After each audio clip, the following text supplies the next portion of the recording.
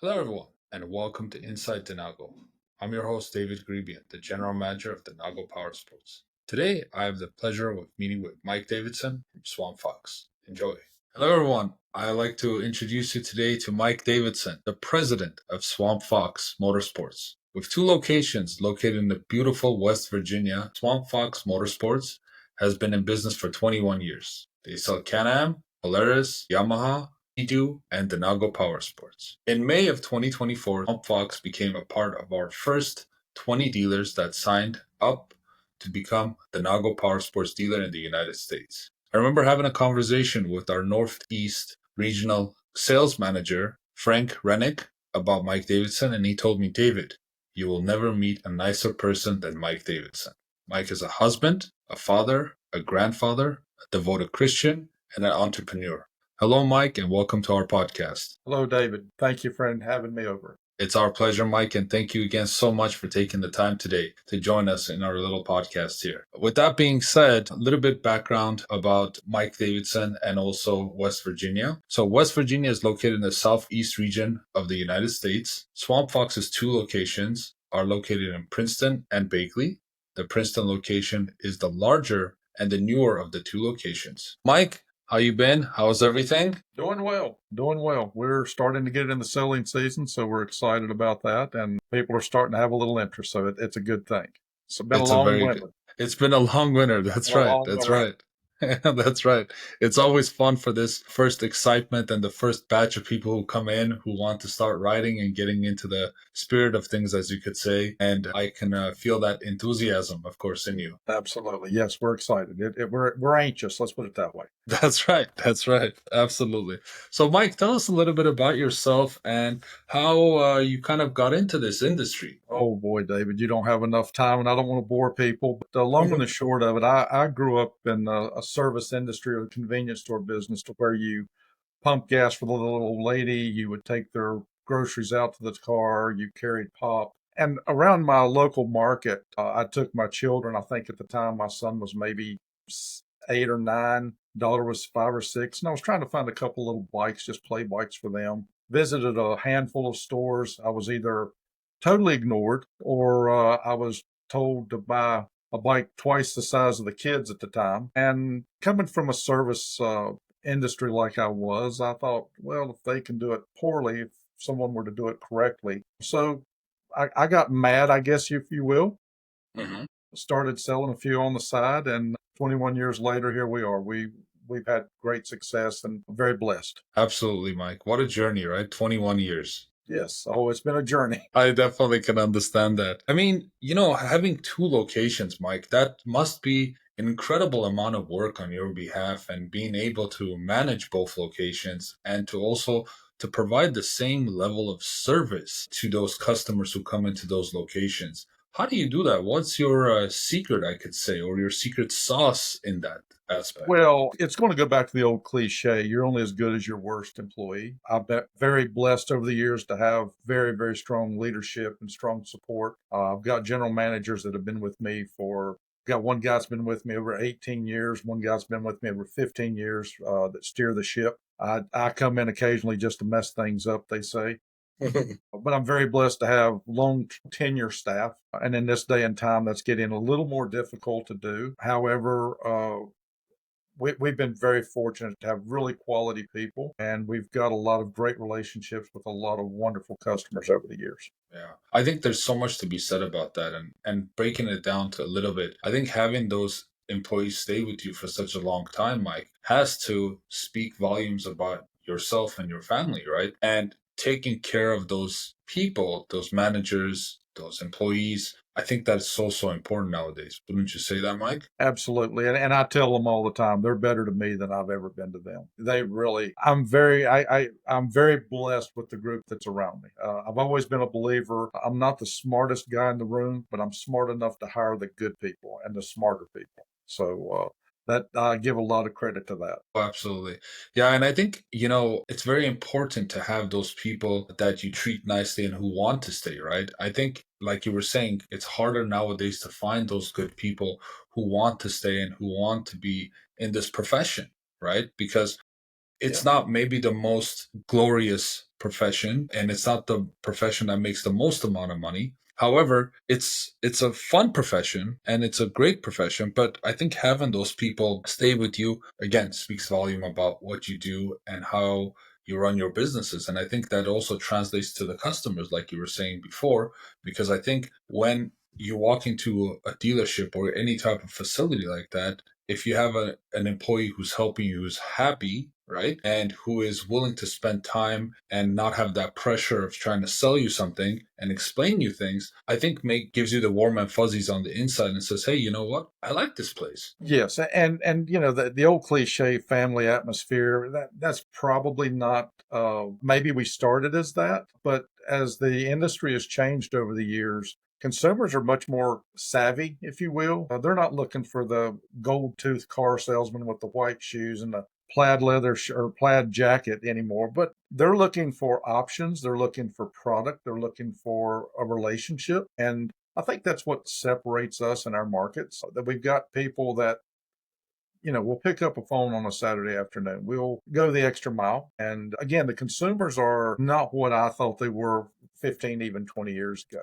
They are much more educated about the product. With the internet exploding, you can go anywhere and buy the same product, but we have to separate ourselves and be better and give them a reason to come. Absolutely. Yeah, I think with the internet nowadays, the way it is and the level of information that's out there about products, it's almost you have a consumer who is very, very educated about the product and comes in and says, "Hey, this is what I want," right?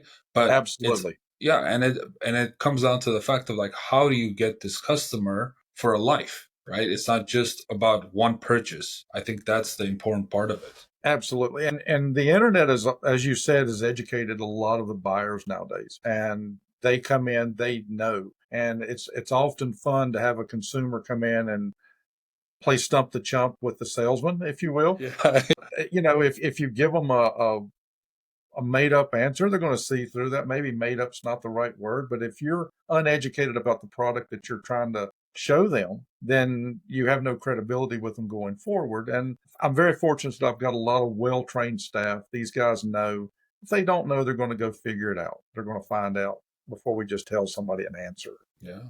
And again, I enjoy having people come in knowing the product because it makes the job easier. It makes the whole process a better process, and it's a much better buying experience for the consumer. Yeah, and because ultimately, the consumer comes in and says, okay, you know what? I looked at brand A and brand B, and I looked at a product brand A and brand B, and I feel like this is a better product for me. And they've already sort of have a decision kind of in their mind of which way they want to go. And I think you'll have some consumers that are like, this is exactly what I want. And you'll have some consumers that are kind of on the fence. And it's the job of that salesperson who is educated on both products to say, hey, you know what? This has these features, this has those features. I see these vehicles come into service more than other vehicles. And, just show them some things on the inside of the dealership and the service department that normally that you wouldn't see on the website because everything's so polished on the website, correct? Yes, yes. And consumers come in, and again, when you're dealing with a 25, 30, $35,000 vehicle nowadays, they want to put their own accessories on it. They're wanting to make it their own. And if you've got that in stock, that helps you as well. And the consumers a lot of time know what they want as far as the add-ons, if you will. But when they come in, they know what they want. And if they don't, that's when the salesman will take a few moments. Let's pull them outside, let them ride them. Although there's one dealership's got a little smaller space than the other, we're not opposed to trying to pull them out and let's let them figure out firsthand which is going to be a better fit for them. Because ultimately, they're the guy writing the check at the end of the month. Absolutely. I mean, if you have an educated consumer and you have a happy consumer, then you have a consumer for the rest of your life, right? I mean, that's so vital and critical in this day and age nowadays with so many options out there. Absolutely. Absolutely. Yeah, I think, Mike, it's so fun and it's so interesting for me to talk to people like yourselves who are seniors, you could say seniors in this industry, not senior as an individual, but seniors in this industry, been doing it for so many years. And the level of product knowledge and brand knowledge that they have. You obviously sell Can-Am, which arguably with Polaris are probably the number one and number two brands right now as far as the off-road is concerned, you know? And I would those agree two with that. At this moment, yes. at this moment, yeah, and I mean they're iconic brands. They've been around for a very, very long time, and I think especially Polaris now, with the amount of selection that they have in vehicles, man, it's unbelievable, man. They have a few SKUs that you can look up. Yes, paint, engines. It's a little overwhelming when you're trying to order, I can assure you. Yeah.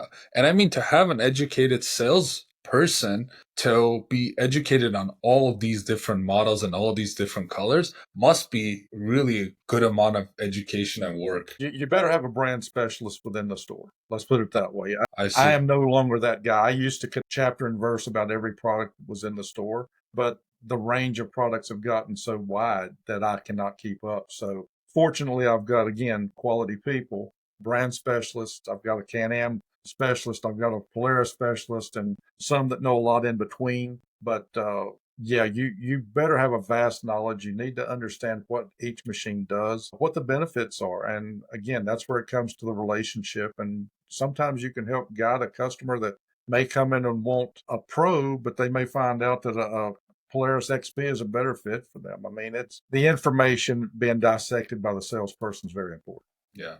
I think it's a very interesting thing that you said there is having a brand specialist, right? I haven't really heard that too much in the dealers and people that I've been talking to, but I think it's very, very, very smart of you to have an actual, like, hey, you know what, this is maybe this salesperson is perfectionate and proficient on this Yes. brand, and then this other one is, and so I like that. I really like that because again, there's so many to choose from. There are. And you can get wrapped up in the colors and you can sometimes get lost in the sea. So it is wonderful to have the option to have extra guys that know specifically. I mean, you may be asking for a simple question like, does this component fit with this machine? And your brand specialist will know immediately, no, that won't work. So a lot of times the parts people, we go to them and ask questions. Yeah, yeah, of course. And let me ask you, Mike, how do these bigger brands educate, the dealers and the special and the sales staff? How do they do it? Well, there's always the training modules that you can go online and look at. A lot of times you can go to a YouTube video. The industry itself, with the explosion of, again, of the internet, you can go to other dealers' websites and you can look and see if they do a walk around video. The OEMs, for example, will have training classes from time to time in different markets, or whether it's at the national dealer meeting that's basically every year. You Mhm. can go and get firsthand knowledge there. But a lot of times your staff will do the reading, do the research, and they can probably extract what they need more so than what the manufacturer can give, because you've got desert riding like you're out in California. Oh yeah. And then we've got the woods or the trail riding that's more technical. And so it's two different buyers, it's two different products, and there's two different needs. Absolutely. And do you feel like, Mike, sometimes when the manufacturers, especially these larger manufacturers, when they come out with a new product, do they have enough time to educate the sales people on the back end of it? Do they do a fairly good job, you think? I may get in trouble with that one, David. Yeah, It's up to the dealer or the sales sure. staff to do the research on that. In the Okay. old days, they used to hold your hand a little bit more. Mm-hmm. They used to give you more training modules, whether it was on their dealer portal. Sure. But in today's world, they've probably gotten away from some of that. And there may be some options that I'm not catching, but I Sure. typically can stay on top of that. It's not as good as it was 10 years ago. 10 years ago, yeah. Yes. I remember, Mike, back in the days, when you used to go buy a car, they used to have physical brochures, right? And they, call me old school, but you walked in, they had a physical brochure they would give you. It used to be this very, very nice brochure. It would talk about the brand, it would talk about the vehicle, it would have a back section with all the accessories. And I feel like with cars and even in our industry, that slowly those brochures, those physical brochures are kind of getting away. And now it's just like everything, hey, you want to know about it? Go online, just it's all online. Absolutely. And we've become what I call the paperless society. We are trying to save paper, but we're printing off reams of paperwork to make a sale anymore. But going back to the brochures, there's still a segment of the older generation that wants that. They don't want to be told, I'm going to send you an email or I'm going to send you a link Yeah. with the product. And, they get a little pricey sometimes. Last group that I bought, I think, for well over $1 a piece, or a couple of bucks a piece, I think I should say. But people are still looking for that. And again, the easiest way for the marketing department of these OEMs is to point you to the website. It's quicker, it's cleaner. I'm not saying that it's right, I'm not saying it's wrong, but there are still a group of people out there that would like to have a piece of paper or something tangible in their hand. Yeah. And we've even gone as far as in years past to print out something, and it's cost prohibitive. And quite honestly, it's not the same quality as you're going to get with a Yeah. nice Yeah. brochure. So, I totally agree, man. I mean, I'm kind of in that old school part because I like having a physical thing that I could take home and read. I yes. can go online for everything, but it's just I don't know that feeling of having, like you said, the tangible Well, thing. not to be off color, but that can be called bathroom material, as I refer to it. I Yeah, used to love to shove something in somebody's hand and say, take this home when you get 5 minutes by yourself to read this. that's right. That's right.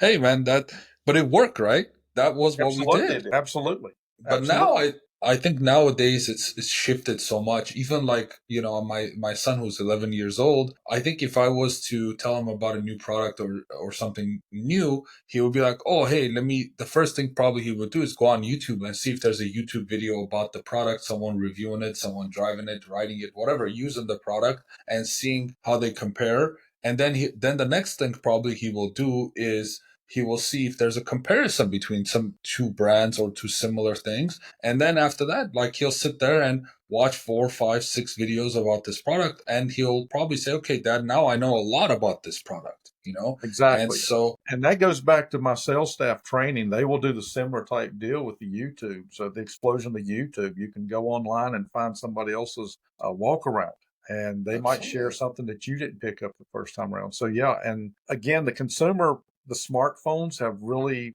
opened the doors, but a lot of times for an old guy like me with glasses, you don't want to be sitting there looking at a 4-inch screen trying to figure out what information you're looking for. Or if it doesn't download correctly, then you've got a little bit of a problem there. So you Yeah, might get frustrated and just kind of hit X and not think about it again. Paper brochure, you put it in their hand, they've at least got to throw it away. So they're going to touch that's it right. twice, right? That's right. That's right. And sometimes even for me, like when I go on to a product's website, manufacturer's product website, there's just so many options. It gets overwhelming sometimes, whether we're talking about an OEM power sports brand or we're talking about a consumer goods product, because generally they make 1 or 10 of these things. And you're kind of like, okay, well, how do I know which is good, which is bad, which one I wanted this one, but now there's 10 of them. And so I think you're so right. And sometimes that could get frustrating in that aspect of it. And just having something physically to hold on to, read it, and be inspired by this material, I think it goes a long way. Yeah.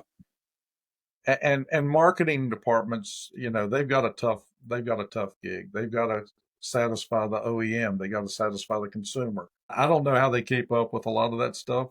Yeah. It's not an envious position, It, but and everybody's got a better idea how to operate it than they do always. of course.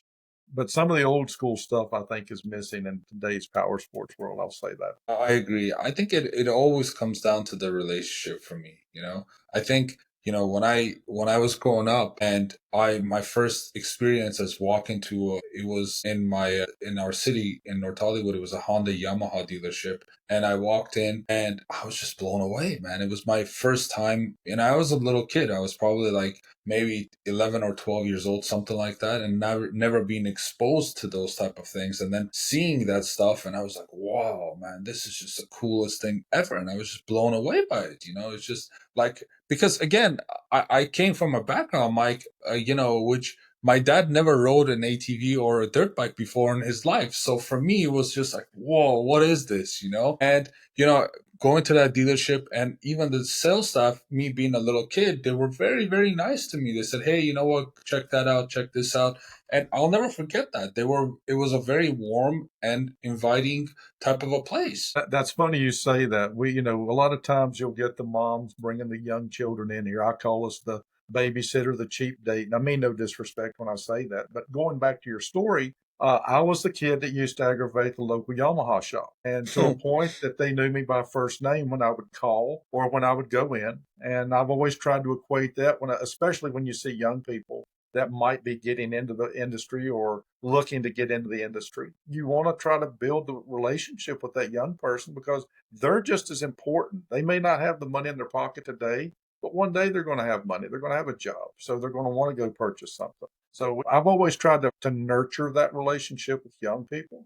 And I Sure. think it's funny you're telling that story because I was that kid. I was exactly that kid many, many years ago. Yeah, I remember back in the days, a long time ago too, before I got into the OEM scene, myself and my business partner, we had a small power sports dealership in North Hollywood. And we used to have kids all the time. They used to just walk over and come into our store. And I was so always welcoming to those little kids, and I was always trying to help them out as much as I could. Because sometimes in a dealership, it's always a busy environment. There's a lot going on, and especially being a part owner, there's always a lot of things to do, as you know. But I always try to be as warm, as welcoming as I can because I could see myself in those little kids.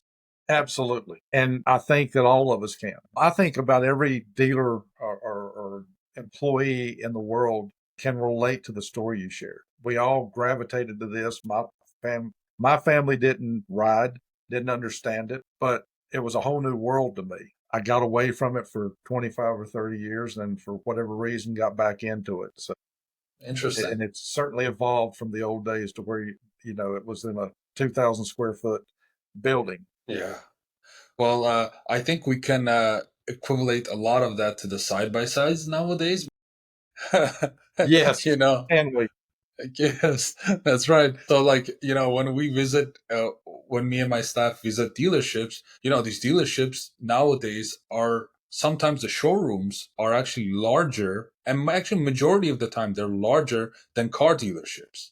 Because have you noticed that, Mike? they are getting there. We've not gotten to that point. One store probably is equivalent to that, but the other store, we've got them jammed in here just as well as we Yeah, can in a 12,000 square foot building. But that's one of the battles that we have as a dealer. You're always looking for the room because unlike the automotive industry, we can't park these things outside correct. because they're going to be gone tomorrow. Yeah, And so you're either having to find warehouse space or you're having to figure out ways to pull them in and out. I've got friends along the East Coast, and one of my favorite stories we discuss is how many man hours do you lose a day pulling stuff in and out because you cannot leave it outside? that's right. And to the man, they will all raise their hand. Don't get me started.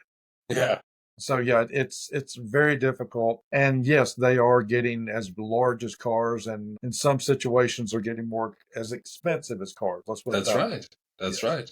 Yeah, Mike. I mean, when I visit these dealerships, man, and not only the size obviously has gone bigger, but they always tell me, Dave, these side by sides, we have no room. We have no room to put them. They're just so big. And, with the large OEM, especially having so many different variables of one model, Yes. colors and lifts and snorkels and you name it and whatever it may be, and it's just getting larger and larger, and it's unbelievable how much the power sports industry, I would say, in the last 20 years, 15 years, has probably changed so much. Certainly in the last 15, because at one time, let's face it, Polaris was kind of the darling. They come out, Yamaha had the Rhino. Polaris come out with some of the first Razors. The other OEMs were kind of piddling in it, but now every OEM that's in the side by side business has got multiple models, as you say. You've got a utility machine, you've got a sport machine, you've got a crossover machine that's between the two. And it's exploded from the old days when I first started, and you had,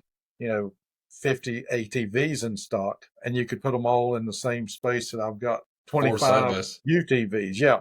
And Yeah. and it's much tighter. Yeah. So Yeah, I mean, listen, man. All I can say is I remember the days. It's a little bit before my time actually, but I remember seeing the Yamaha Banshee, right? Like, I mean, that was like the coolest ATV ever, right? That was the Yamaha's best-selling ATV for such a long time, iconic ATV, right? And then that got replaced by the 660, and then it got replaced by the 700, and then somewhere in that time period, the Rhino came out. And man, what it did to the industry. Oh yeah, and it has certainly changed. You got to think about it. At one time, people really picked up an ATV just for a recreational thing. Now you've got the side by sides that can be used for work, pushing snow. People are using them to drag equipment in and out of the woods. So it gets into places that a pickup truck cannot get into. So they've really evolved. And I think that it's going to be even better as the future goes on. I mean, at one time, 1 in 10 houses around here had something to ride like that. Now we're probably looking at 3 or 4 out of 10 having some sort of utility vehicle or ATV in the family. Yeah. I mean, there's a lot to be said about that, right? I mean, the utility factor of having these side by sides is an incredible thing. They're very, very capable vehicles. You can use them on the ranch, you can use them in the woods. They have winches on them. And obviously, they're kind of like, I think of them as, especially if you have a little bit of property or if you have a ranch somewhere, they're kind of like a tool in my toolbox, right? They're no longer just Absolutely. recreational vehicles. Now I can use them to do work. And some of them nowadays come with HVAC. So it's like this comfortable experience, right? Now, you know? Well, that product line is really taken off this year in my market, especially the cab units with the Really? HVAC, power windows, tilt-out windshields, wiper blades. They are a smaller version of a pickup truck, Yeah. but they give comfort. They offer the ability to ride year round. They can keep you cool in the summertime, spring, summertime, and warm in the winter. And That's right. that has really been a home run for a couple of the OEMs, especially Can-Am, Polaris, and I know some of the other OEMs that I don't deal with. They're coming with them. Excuse me. Cowie's got the new Ridge Yep. that I hear is having some good success. So yeah. But yeah, definitely. I mean, the side by side, you could say that it's definitely. I think it really supercharged the industry for us because I felt like what was happening before maybe the Razor 900 somewhere around there, Razor 1000. The industry was kind of flat. ATVs and dirt bikes was kind of a flat industry, and then once I think that 900 came out and the 1000 came out, definitely the industry went on an upswing, and you just saw more people that normally weren't interested in getting in the industry. Well, and you also brought girlfriends and wives. But yeah, And now that they can go with you and they can have some comfort, or they've got the ability to feel like they're safe when they're riding with you instead of hanging off the back of a machine, bouncing into the back of your helmet. That yeah, had to be a good time, right? right, Now they've right. got their own seat. They've got the handlebar or the chicken bar to hang on to. So That's right.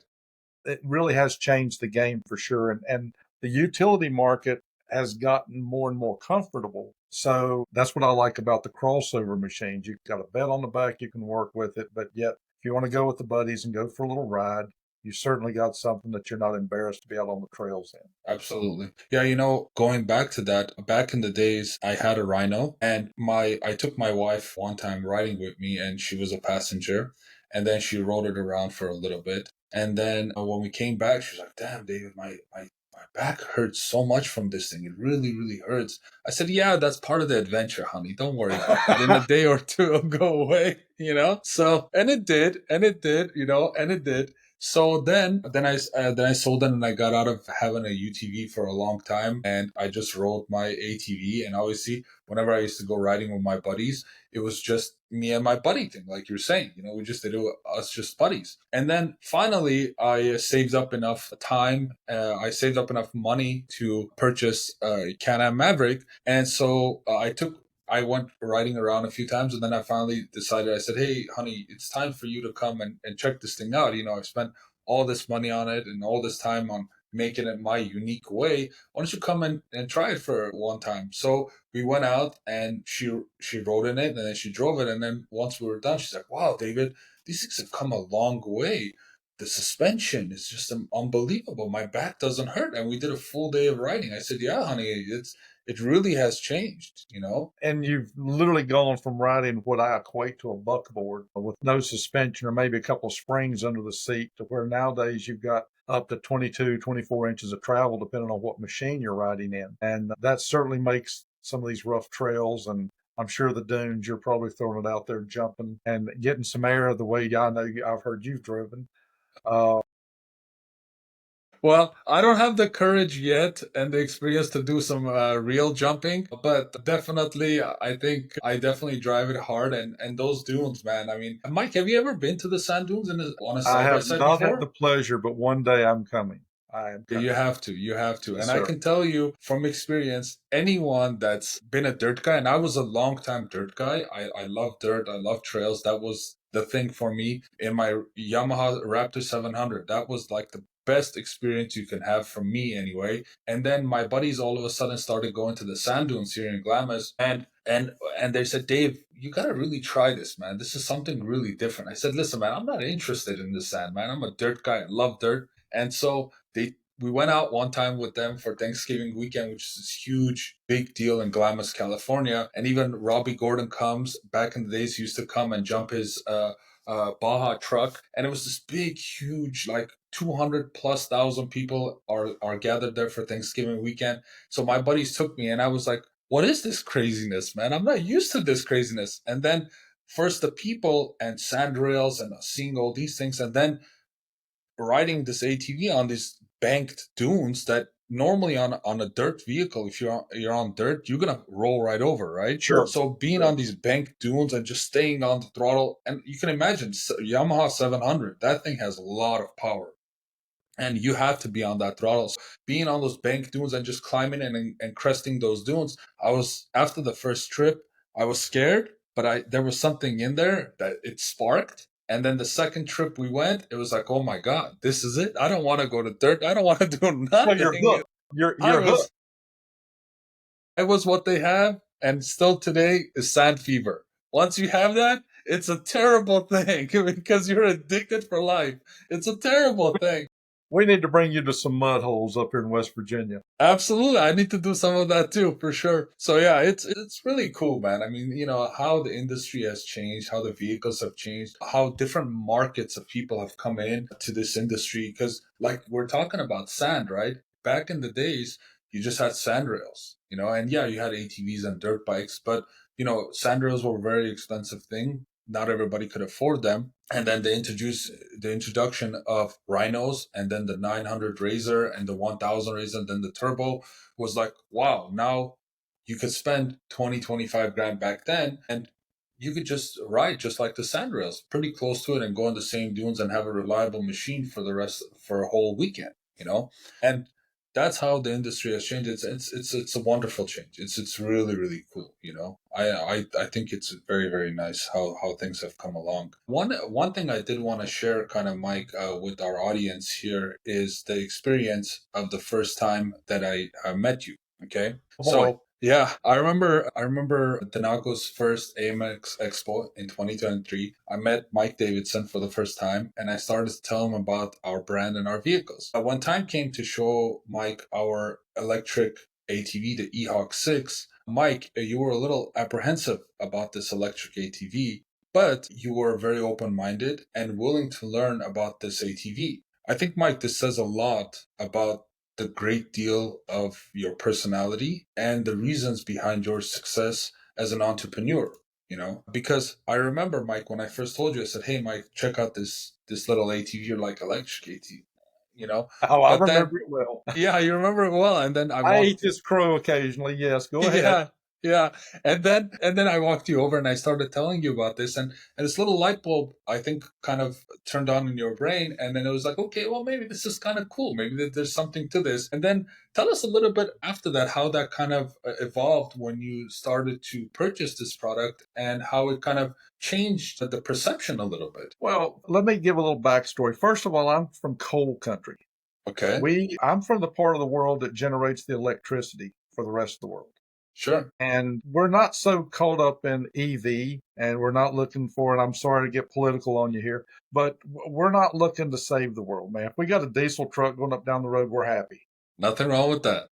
But the EV market I just did not see the fit. And as you were trying to show me and share with me, and I was very resistant. Kenny Cook and Frank Rennick made a trip down to the shop and brought a couple of demos for us to ride, and I let my guys just go take them out and just try to break them. Let's call it what it was. We Yeah. were trying to see if this stuff was going to withhold some old boys just beating on them for a few hours. But we have found pleasantly that the EV is a really nice fit for some of our families. The fact that the kids can go ride in the backyard, especially in neighborhood areas, and not wake up the neighbor that works the hoot owl shift, or as we call it around here, the 12 or 11 to 7 shift. So yeah, I've eaten a little crow, but that is a really nice fit for some markets around here. It's quiet. The fact that that unit can be controlled as far as the radius of where the kid's traveling, some of the electrical features that are on it, it just is a wonderful fit for us. And for the beginner rider, you can really share with them how to maneuver and handle a machine without them getting into something that's going to get them into a lot of trouble right out of the box. Going back to the EV segment, it's got a great run time. We ran one around the shop we timed it. It was a little over 8 hours, and it still had Wow. like a 20% charge. Wow. And that's with 200-pound men going up and down the driveway on it. Wow. We continuously were trying to show it. And we go back to brand specialist again. I've got a guy at one of my stores that he absolutely loves that EV. And I'm happy to tell and share that that's probably one of our top sellers with Denago. Wow. That's great, Mike. That's so great. For me too, I think, I'll share this story. So my son, for a long time, was a gas enthusiast, and he loved his little version of the Mudhawk 6, right? That's a gas powered ATV. And so he was riding this ATV for a long time. We took it on dirt, we took it in the sand dunes, and he loved this ATV. We got him actually for Christmas one of the Christmases, and he loved this thing.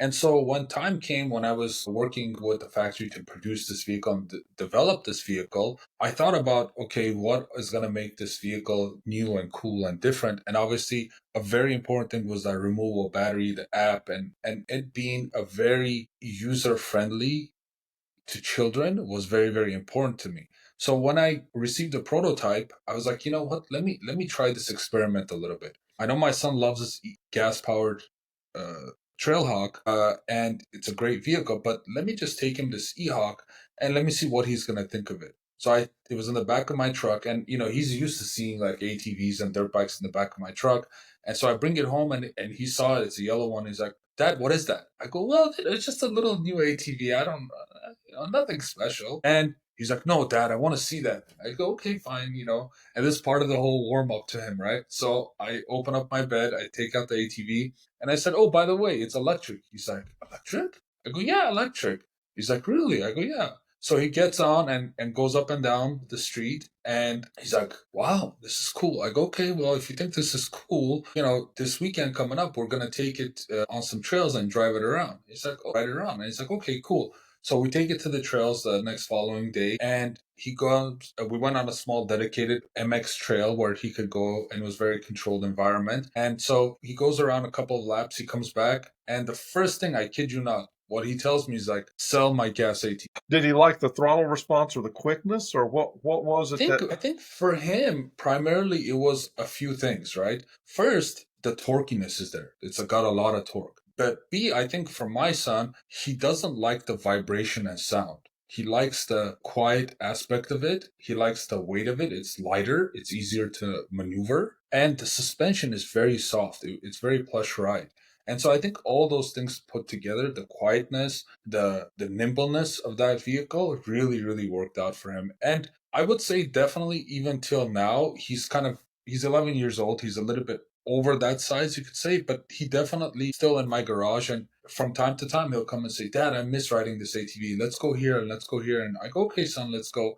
And I can tell you one thing too, Mike. Interestingly enough, this past weekend, we had his birthday at the house, and his friends came over, and all they did, Mike, okay, all they did was ride around this E-Hawk in the backyard. It was the funniest thing. It was like three of them, and even all three of them got on that ATV at the same time and rode it in the backyard. I don't recommend anyone to do that, but it was just the the Consumer funniest Product thing. Safety Council will be on you. Yeah, exactly.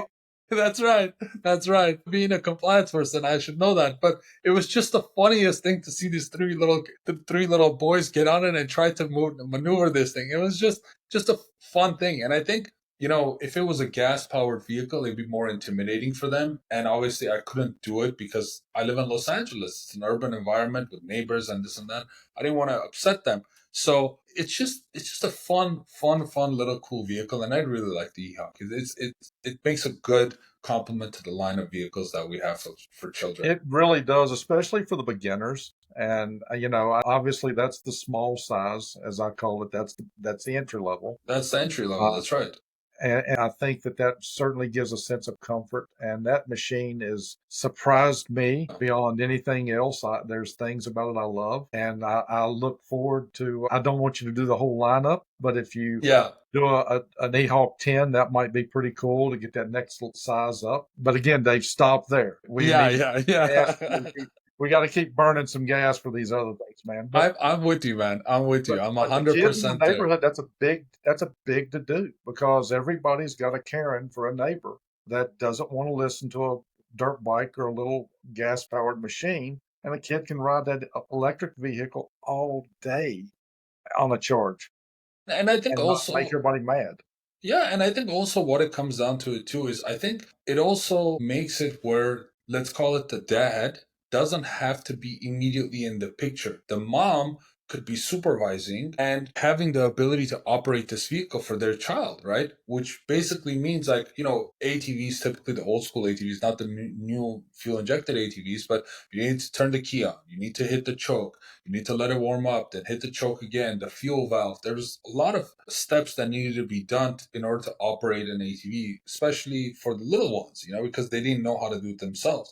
But I think with this ATV, it's so easy for the user and for the mom to be there when the dad's maybe at work or something like that, and say, hey, you know what? You just came from school, you have a lot of energy. You know what? Take it out in the backyard. As long as you got your gear on, and as long as I can monitor the speed and put the speed whatever I like, hey, go and have a good time. Why not? It's a great little vehicle to have. Very user friendly, and that's a great option as well when you're thinking about dad not being at the house to help put fuel in it and not flood the machine out. That's a Yeah. great point. It is.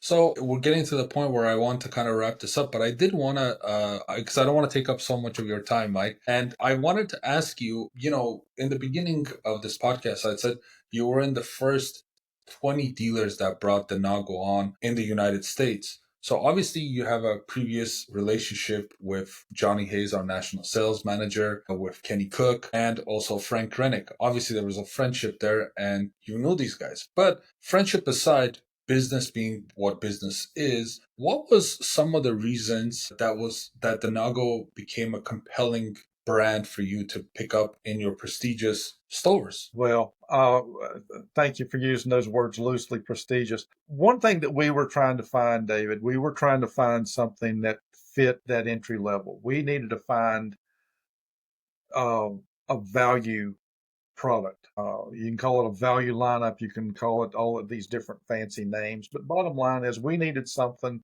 that came in that wasn't going to cost $5,000 to get a kid to riding. So, as you well know, there's hundreds of Asian brands. Oh. And most of us guys that have been doing this a few years, you get approached by these things from time to time. You're very scared. Is it going to be in a big box store? Is it going to be at the local flea market? So you're very guarded, or at least I was. And I know some of my colleagues are. They're very, very guarded when it comes to the Asian brands or the Chinese brands. So knowing the guys that are on your team, quite honestly, they gave Denago, from my view, credibility that I probably would have been a little hesitant to give prior. Your fit and finish is very nice. Some of the options that you guys are offering, especially now that you're going to fuel injection, you've got a really good looking product. But when I know that I've got people that I've dealt with in the past, that I can pick up the phone, that I can get a part if I need it. Let's go to the first time I had the guys bring the units to that shop. Mm-hmm. I went in there and made them call the parts or service man, Josh Loy, I think. Yep. Tell him I needed a couple of carburetors, throttle cables, brake pads, and I was willing to pay for it. You didn't charge me, by the way, but I wanted to see if you could actually get that stuff to me.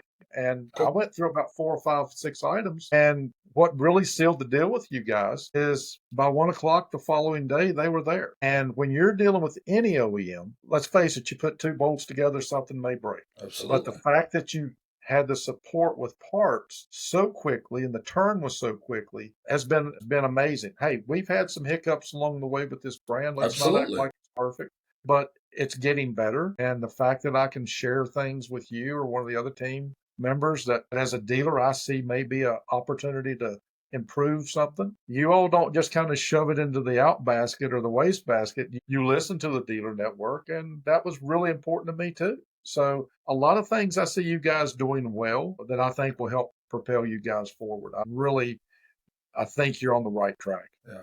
I think, Mike, for me, from the beginning, working with our designer Melissa, she comes from a huge OEM background, and she had designed several OEM brands of vehicles that are just iconic, you know. And I can tell you, Melissa actually was, believe it or not, she was the one who designed the RZR logo. Yeah, so I work with her, and when I got involved with her and working with her back and forth with these designs, I knew kind of what I wanted and what was missing from the vehicles. Okay. And when I got with her, such a professional, it was just like, oh my God, like this is exactly what I needed in my life to excel the brand and to have a brand that it hasn't, that normally doesn't do things like this in the lower priced region. Right. Yes. That was the very important thing. So with that, it's like it goes back to the thing you're saying is having those team members, right? Having those people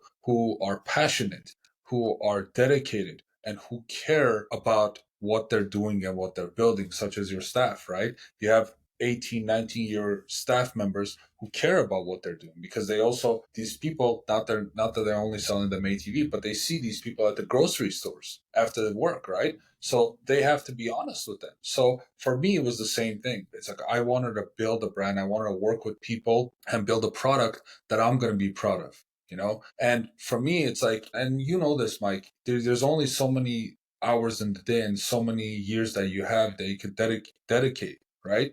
Into your passion, into your craft. And for me, it was making sure that I put 100% of what I could do into these vehicles. And product improvement and develop, that's one of my specialties in life. And like you're saying, Jason and also Josh Loy, who are in our service and parts department, they're passionate people. They care and they always come to me and ask me questions. And we also have a lot of reports. We have monthly reports that we send to the factory, and it's detailed about every single warranty item that we warranted in that month, and we relay that on to the engineers and to the factory component orderers, whoever ordered these components from individual component manufacturers, to say, hey, you know what, there was this much percentage of failures. What can we do to improve that? So that is super, super important in what we do, Mike. And we count on dealers and also consumers to relay us that information, because without you and the consumer telling us,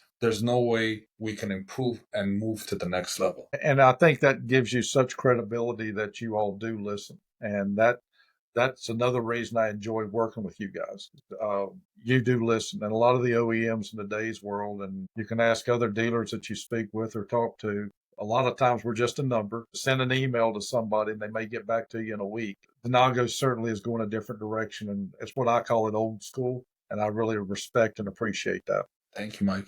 Mike, also to kind of wrap this up, at the Ames Expo 2024, I was fortunate enough to meet your son Aaron, Yes, who yes. works with you in the dealerships. And so I was thinking about this a little bit because I had the pleasure myself with my dad. Worked for a two-year period of time to work with him, and we used to go to work every single day together. And I can only imagine, Mike, that father and son relationship, and how proud you must be of him for him to kind of to be in the same industry. And also talking with him, he's definitely a chip off the old block. He's just as Oh, nice thank as you. you are. Just he's always got a smile on his face and just really a nice individual. So how is that father and son relationship kind of developing kind of as he's grown into that role? Well, I'm very fortunate to have two wonderful children. I've got a daughter as well that's not in the business. But Aaron, fathers and sons are very difficult. And unfortunately, the sons have to carry the brunt of the load, if you will. He's got great patience. You know, you've got to have some youth, you've got to have some young, fresh ideas. And he certainly brings to the table some of those ideas. He and I discuss business a lot of times after hours, or if we're at a family gathering or dinner. He's always got some insight that, and he a lot of times shows me things and makes me take a moment to think about things in a way sometimes that I might not have. When you're doing it 20, 21 years, Dave, let's face it, we tend to get in a rut, and my way is the right way. So I feel sorry for him in some regards, but at the same breath, he needs a little more growing. And I'm sure anybody else that's got a child that's in their family business can appreciate it's not always easy, and it's No, it can't be. tougher on the kids than the parent. Of course. But I'm very thankful that he's into the industry, and he's thriving. He loves it, and he's having some pretty good success so far. Wonderful, wonderful. Well, I can tell you, Mike, he's a very good guy. He's a very nice guy, and again, he was a pleasure to speak with, just like you are. You. And I can tell you, bringing that fresh blood into the industry, as you could say, is really, really important. And I think this industry, especially this one, has a lot to do with that family aspect of it, and bringing our families into this industry, bringing our wives, our sons. I mean, like, I know a lot of dealerships where the wife is the accountant, right, for the Absolutely. dealership. So, Yes. and that's kind of how it kind of starts. So, yeah, Mike, it's really nice to see that father and son relationship. Well, It's and this is inspiring. a small industry. As you said, Johnny and Kenny and Frank, I knew those guys from another life, as I say. Yeah. And they've got buddies that are mutual friends of mine. And then you go to AIM and you run into guys that, well, I know such and such. And I think you guys have Steve Lawler out there. I was Oh, fortunate yeah. to meet Steve a while back. So it's a small industry. And there's a lot of smart and talented guys in this industry. And it's a lot of fun. It's a lot of It's a fun lot of seeing fun. these people and working with these people. Absolutely. Well, Mike, I mean, I could tell you it's been a lot of fun being in this podcast with you and speaking with you today.